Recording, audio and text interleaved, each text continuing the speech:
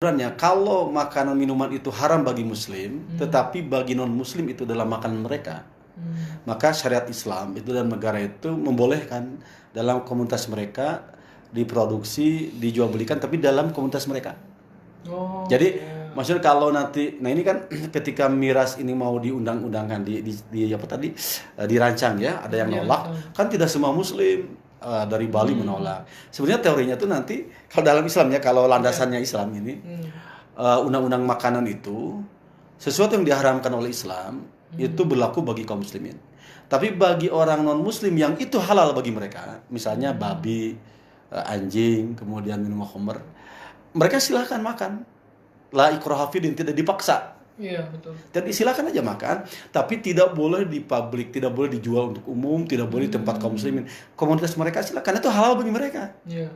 Kan bagi kaum muslimin haram, tapi bagi mereka halal, begitu kan? Makanya tidak dipaksa. Persis seperti juga ibadah mereka. Ibadah kita kan hanya kepada Allah, ya. Tetapi mereka kan musyrik. Iya. Tapi bagi mereka itu memang agama mereka, maka la ikraha fiddin, dia tidak ada paksaan. Nah itu konteksnya begitu ya. Nah sehingga dalam Islam itu sejak awal ketika Al-Quran turun di Madinah tentang khamr itu, ya berarti 14 abad yang lalu, sejak itu sebenarnya undang-undang itu harusnya sudah diterapkan. Ya, artinya gini, artinya bukan barang baru gitu dalam Islam pelarangan itu. Dan setiap yang diharamkan oleh Islam pasti itu ada efek negatif dalam kehidupan. Apapun ya, ketika Islam mengharamkan sesuatu pasti ada efek negatif pada kehidupan. Nah, dalam beberapa sejarah kan atau tadrijus syar'i ya, tahapan-tahapan syariat itu kan disebutkan di Mekah dan Madinah itu memang khamr itu menjadi minuman tradisi.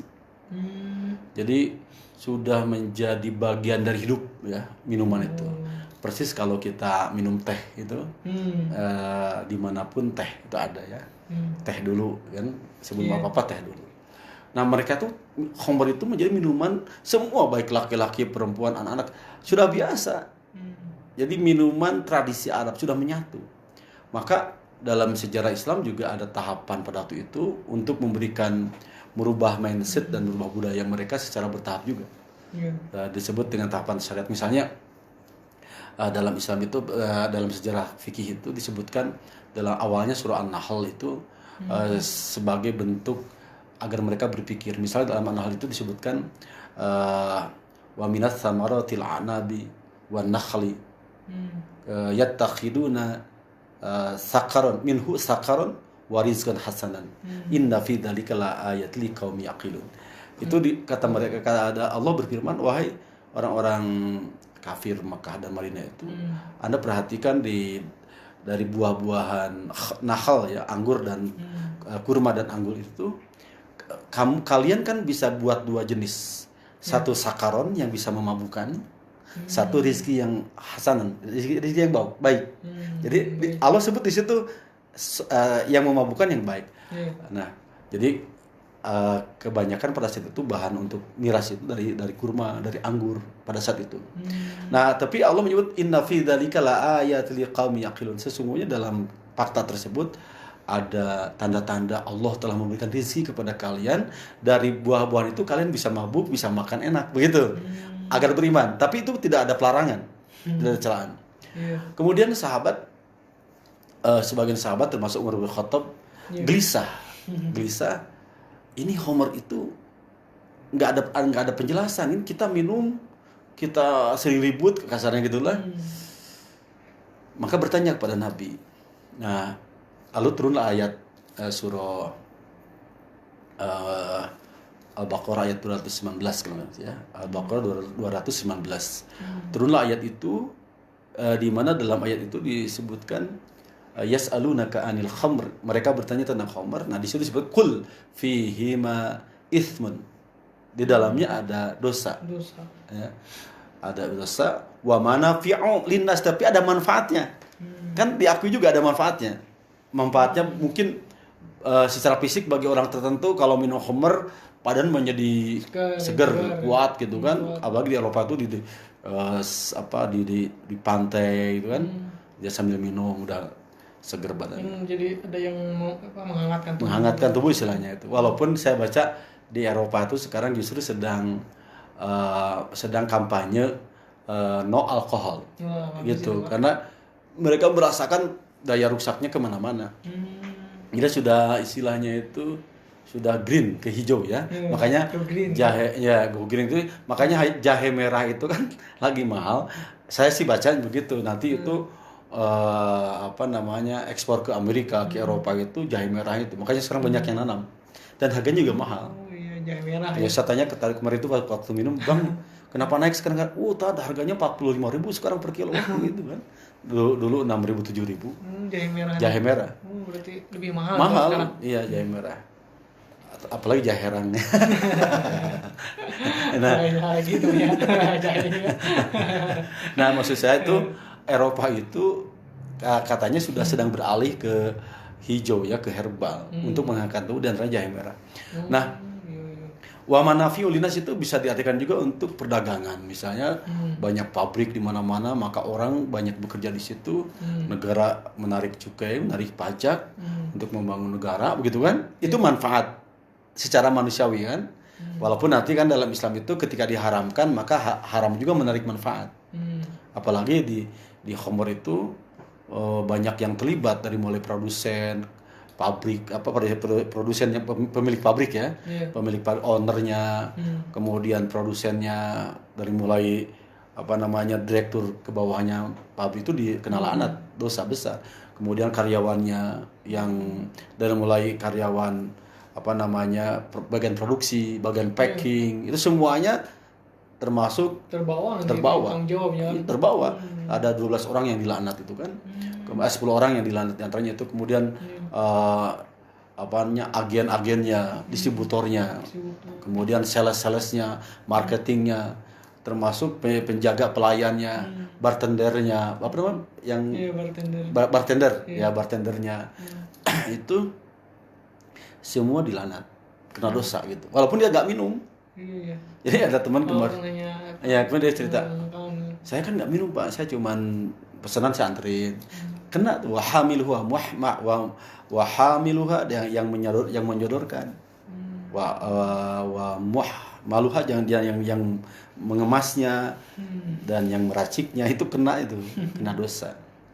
Jadi khamr itu beda dengan yang lainnya. Misalnya babi kan haram ya, tapi Pak Irwan boleh, Pak Irwan megang boleh, nuntun boleh, haram dimakan kan, dan kalau kena badan najis begitu aja.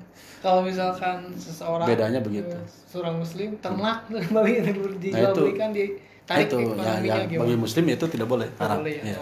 Kalau mereka boleh, makanya kalau mereka non muslim itu ternak babi lalu ngasih uang ke kita untuk bayar atau beli barang ya, Pak tadi uangnya dari babi ya, nggak boleh, nggak gitu, nggak usah, bagi mereka halal, maka bayarnya juga halal.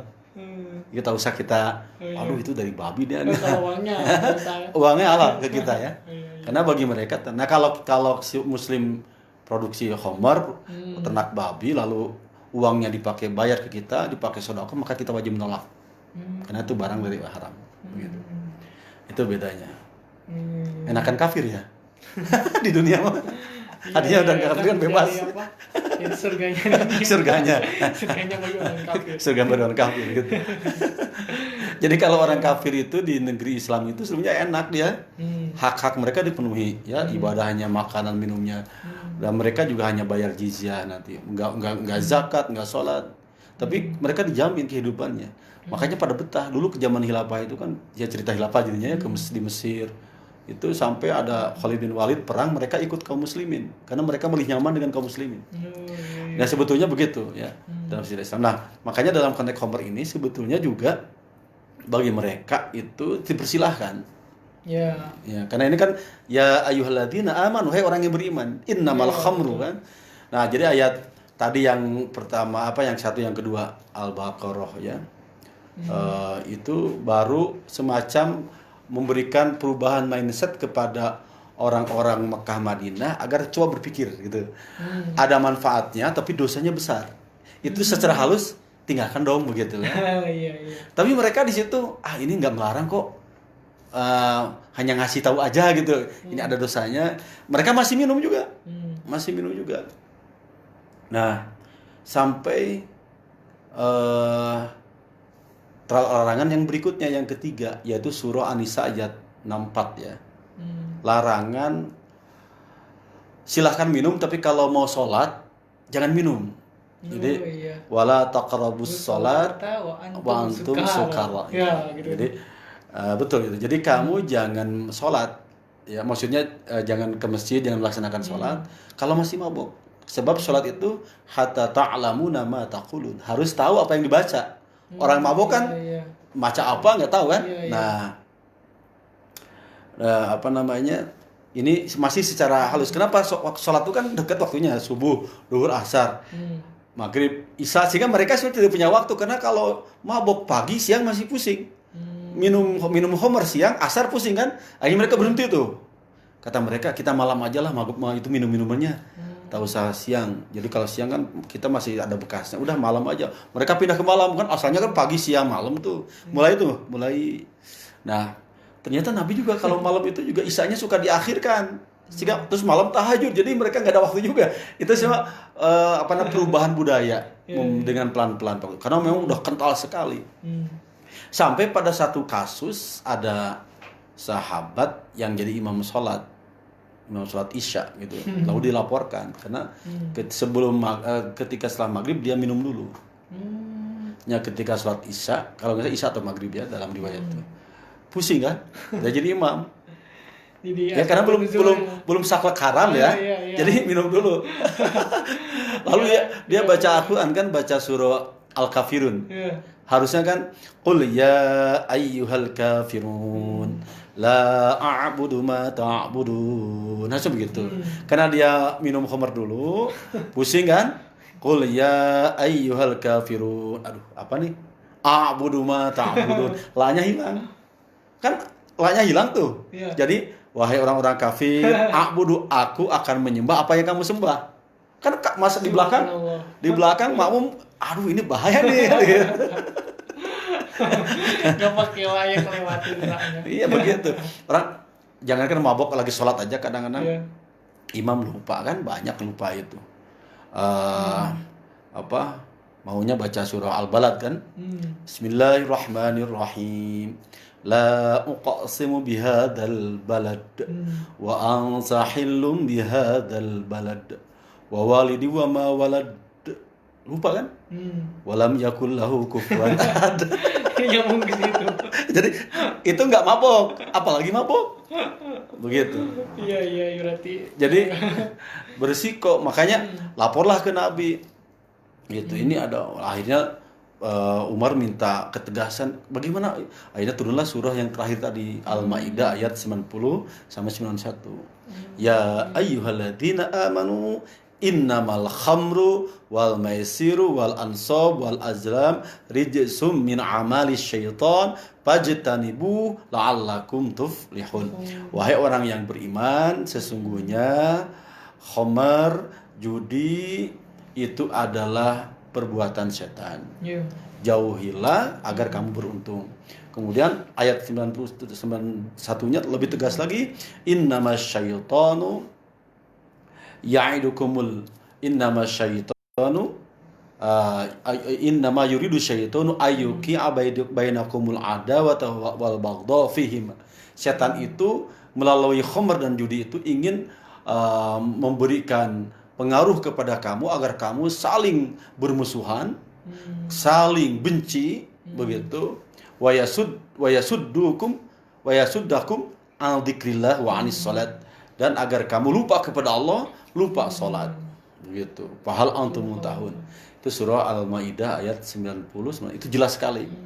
Nah, dalam tafsir Al-Juhaili, hampir semua ahli tafsir ya, Imam Al-Juhaili, Al-Mundir atau Ali As-Soboni Ru'anul Bayan ataupun hampir semualah menjelaskan bahwa ayat lain itu kalau bilang haram satu kali aja. Misalnya babi haram, selesai kan? Riba haram. Jadi kalau khamr dan judi ini oleh Allah diungkap-ungkap apa di tahap-tahap kemudian ditekan, disebut takkid. Takkid itu penekanan. Misalnya ada 6 atau 7 poin. Innama itu kan sesungguhnya. Jadi penegasan, kalimat penegasan, takkid namanya. Li takkid. Innama bu'istu, sesungguhnya aku. Jadi tegas sekali. Aku datang ini tujuannya begitu kan, innama itu. Innamal khamru wal maisir wal ansab wal azlam. Yang kedua, khamr ini digabungkan, disejajarkan dengan judi, dengan sembahan berhala, dan dengan ngundi nasib, pedukunan. Judi itu kan keras, kejahatan. Nyembah berhala itu kan kemusyrikan. Allah gandengkan dengan itu menunjukkan khamr itu sesuatu yang menjijikan, yang kotor gitu. Digandengkan dengan perbuatan yang keji, ya, menunjukkan dosanya besar. Posisinya itu level 1 di bidang kemaksiatan, begitulah. Nah, kemudian ayat selanjutnya kan fajtanibuhu, ya. Kemudian rijsun, ya, rijsun. Yang kedua rijsun itu adalah jadi innama. Kemudian yang pertama pakai kalimat penegas, yang kedua digandengkan dengan perbuatan dosa yang lain, yang ketiga disebut rijun, najis, kotor. Rijun itu kan kotor. Jadi rijun di situ bisa maknawi, ya, bisa bimana najis seperti najisnya babi, atau bimana rijun di situ adalah maknawi, sesuatu yang menjijikan, yang kotor itu, ya. Nyembah berhala kotor, perdukunan kotor, kan, undi nasib, kemudian judi kotor. Begitupun khamr itu kotor. Jadi orang supaya si penerima yang diajak bicara, ya, si mukhatab ini, orang audien ini supaya terentak. Udah disebut tegas, disamakan, kotor lagi. Min amali syaitan, dan itu juga pekerjaan setan. Setan itu nggak mungkin ngajak pada bener, pasti ngajaknya pada nggak bener. Jadi mereka tahu ini ini minuman setan. Jadi khamr itu minuman setan, ya, begitu. Ada humornya itu kan. Kalau manusia minum nanti kasihan, setan minum apa? Iya, sampai begitu dulu itu, ya. Kalau itu minuman setan kamu minum juga, apakah nanti setan minum ale-ale apa gitu? Ya, karena minuman setan diminum sama kamu kan? Iya. Banyolan zaman SMS itu. Kasihan nanti. Itu secara secara psikologi dihantam itu. Jadi dalam rangka merubah mindset itu kan harus ada metode coaching. Coach itu membongkar gitu, mengungkap perasaannya, emosinya, gitu. Diaduk lah, ya, diaduk begitu. Nah, kemudian dia udah disebut tegas, digandengan dengan penyembahan berhala. Kemudian ini kan orang beriman, sudah beriman orang kan. Kemudian dianggap najis, kotor. Perbuatan setan semakin deg gitu kalau hatinya, ditendang terus gitu. Pajtanibuhu, jauhilah. Itu kalimat pajtanibuhu itu aglab, istilah orang ahli tafsir itu lebih nendang. Pajtanibuhu itu lebih nendang ketimbang kalimatnya, misalnya kalimat haram, ya, kalimat haram. Sesungguhnya itu haram. Haram itu biasa. Tapi kalau pajtanibuhu itu semacam cepet gitu ininya, nendangnya supaya lari. Jangan, jauhilah. Jauhilah itu kan lebih, orang suruh jauh berarti kan bukan lagi haram, tapi suruh jauh kan. Gitu. Nah, la'allakum tuflihun. Kalau engkau menjauh, engkau akan bahagia. Jadi dikaitkannya taflihu, kebahagiaan itu dengan menjauhi. Kalau engkau ingin bahagia dunia akhirat, jauhilah khamr gitu. Dan kalau engkau tidak menjauhi, engkau akan rusak dunia akhirat.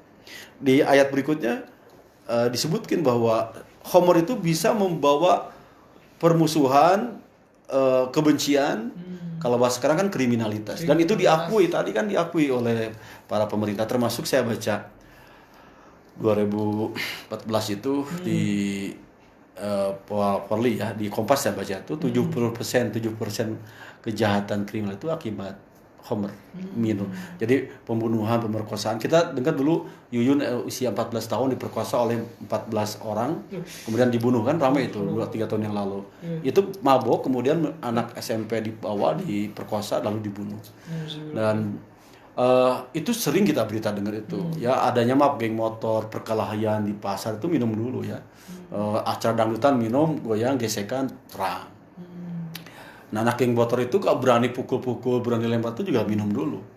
Jadi ini memang kata penelitian Kompas tadi 70% kejahatan akibat miras. Kecelakaan motor kendaraan di jalan itu akibat miras. 15%. Ya, mabok sehingga tidak tahu jalan, stopan segala macam. Nah, itu. Secara fakta demikian. Al-adawah wal baghdha antar ormas, antar geng itu juga minuman khamr. Dan kalau minum khamr itu memang aromanya itu kan tersinggung, cepat marah. Orang nggak mau, inginnya dihormati dan sebagainya. Masya Allah, sampai membunuh mertua, membunuh anak dan sebagainya. Itu akibat. Nah, kemudian otomatis wa yasuddakum an dzikrillah wa anis salat. Dia lupa kepada Allah, lupa, nggak ingat dzikir, ngapa yang ada itu playingnya kemana bayangannya kan. Kalau udah mabok nih nenek-nenek aja juga kayak gadis diperkosa lah macam-macam. Nah, ini yang terjadi. Sholat udah jelas ditinggalkan. Padahal dalam hadis lain itu, kalaupun suka sholat, dalam hadis dikatakan al-khamru ummul khaba'is. Ya. Khamr itu adalah induknya kejahatan. Faman syaribahu lam tuqbal sholatuhu arba'ina yauman. Siapa yang muslim yang sholat, yang minum khamr tapi suka sholat, tapi minum khamr, tidak akan diterima sholatnya 40 hari.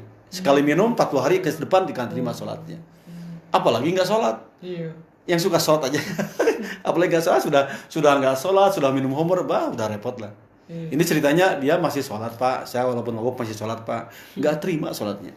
Paman mata tibatni syarubun, ketika dia mati di perutnya ada bekas minuman khamr, maka pamata mitatan jahiliyah, matinya seperti mati jahiliyah.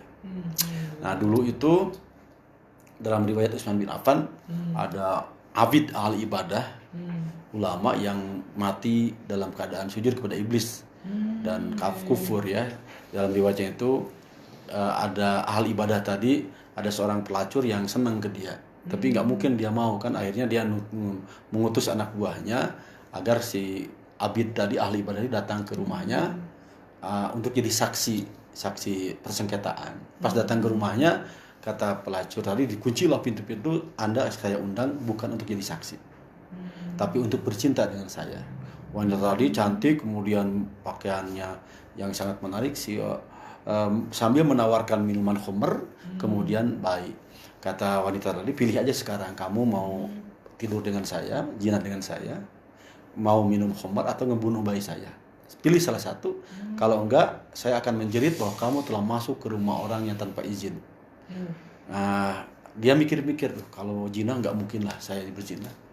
Membunuh apalagi? Yang paling ringan minum khamr. Akhirnya dia minum khamr. Minum khamr kan mau kiai kayak mau ahli ibadah tetap liar kan. Maksudnya efeknya pastilah. Mau siapapun ketika walaupun dia ahli ibadah, kalau sudah minum khamr pasti pusing kan. Sarafnya sama. Efeknya begitu. Nah, akhirnya dia pusing, lalu dia berzina dengan wanita tadi.